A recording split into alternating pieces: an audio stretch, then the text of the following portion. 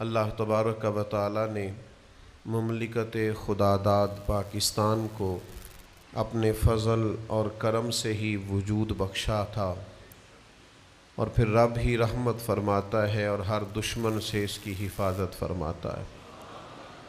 اللہ کریم نے تمام دشمنوں کے شر سے اس وطن کو نہ صرف محفوظ رکھا بلکہ اللہ تعالیٰ نے اس وطن عزیز کی بہادر اور مسلح افواج کو پوری دنیا کے اندر سرخروئی اور کامیابی بھی عطا فرمائی۔ آج ہم سب جمعۃ المبارک کے اس خصوصی موقع پر اللہ کی بارگاہ میں شکر ادا کر رہے ہیں اور اظہار تشکر اس موقع پہ کر رہے ہیں کہ جس نے اس وطن عزیز کو اتنا عروج عطا فرمایا کہ پوری دنیا میں اللہ تعالیٰ نے اس وطن کے وقار کو بلندی عطا فرمائی، وقار اور عظمت نصیب فرمایا۔ سورہ صف کی آیت نمبر یہ 4 ہے۔ اللہ کریم نے فرمایا ان اللہ یحب الذین یقاتلون فی سبیلہ، فرمایا بے شک اللہ ان لوگوں سے محبت کرتا ہے جو اس کے رستے میں جہاد کرتے ہیں۔ اور کیسے جہاد کرتے ہیں؟ صفاً، صفیں بنا کر، کأنہم بنیان مرصوص، اور اس طرح کی دیوار بنا کر جو سیسا پلائی ہوئی دیوار ہے، نہ ٹوٹنے والی دیوار، بنیان مرصوص۔ اس طرح سے وہ اللہ کے راستے میں جہاد کرتے ہیں تو اللہ ان سے محبت کرتا ہے۔ یہ جو بنیان مرصوص والے ہیں رب ان سے محبت فرماتا ہے۔ اللہ تبارک و تعالی ان کو دوست رکھتا ہے۔ اللہ کریم ان لوگوں پر نظر عنایت فرماتا ہے۔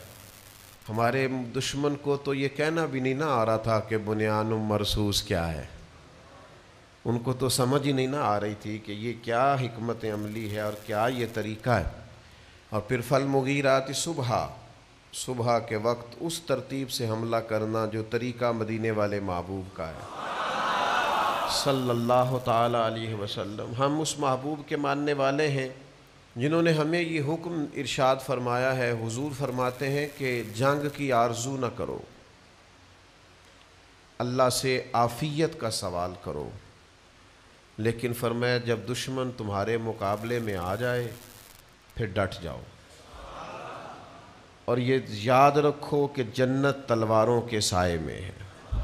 آرزو نہ کرو، خواہش نہ کرو، اللہ سے عافیت ہی مانگو، لیکن جب دشمن آ جائے، جارحیت کا مظاہرہ کرے، تو پھر تم یہ سوچ کر ڈٹ جانا کہ جنت تلواروں کے سائے میں۔ میرے بھائیوں، آپ نے یہ بھی دیکھا بنیان مرصوص کے موقع پر کہ اللہ تبارک و تعالی نے اس قوم کو یکجہتی عطا فرمائی۔ بہت ساری دنیا اور بہت سارے لوگ یہ سوچتے تھے کہ اتنے سارے معاشی مسائل میں گھرا ہوا پاکستان اور اتنی ساری آزمائشوں سے گزرتا ہوا یہ وطن اور اس قدر زیادہ انتشار کا بظاہر شکار یہ دیس اپنے پاؤں پر کیسے کھڑا ہے؟ تو میں تو بڑا پہلے سے کہہ رہا تھا کہ جب بھی کوئی مشکل وقت آیا ہے ہم نے اپنی قوم کو یکجان ہوتے ہوئے دیکھا ہے، ایک پیج پر دیکھا ہے۔ سیلاب آ گیا ہے، خدا نخواستہ زلزلہ آ گیا ہے، کوئی مشکل آن پڑی، یہ قوم ایک ہو جاتی ہے، یہ فوری طور پر اپنے بھائیوں کے ساتھ کھڑی ہو جاتی۔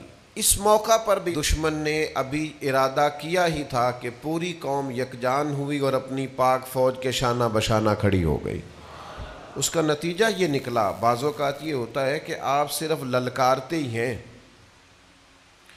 بعض اوقات یہ ہوتا ہے کہ آپ صرف ارادہ ہی کرتے ہیں، آپ صرف پروگرام ہی بناتے ہیں، آپ صرف طے ہی کرتے ہیں تو آپ کا دشمن ڈر جاتا ہے۔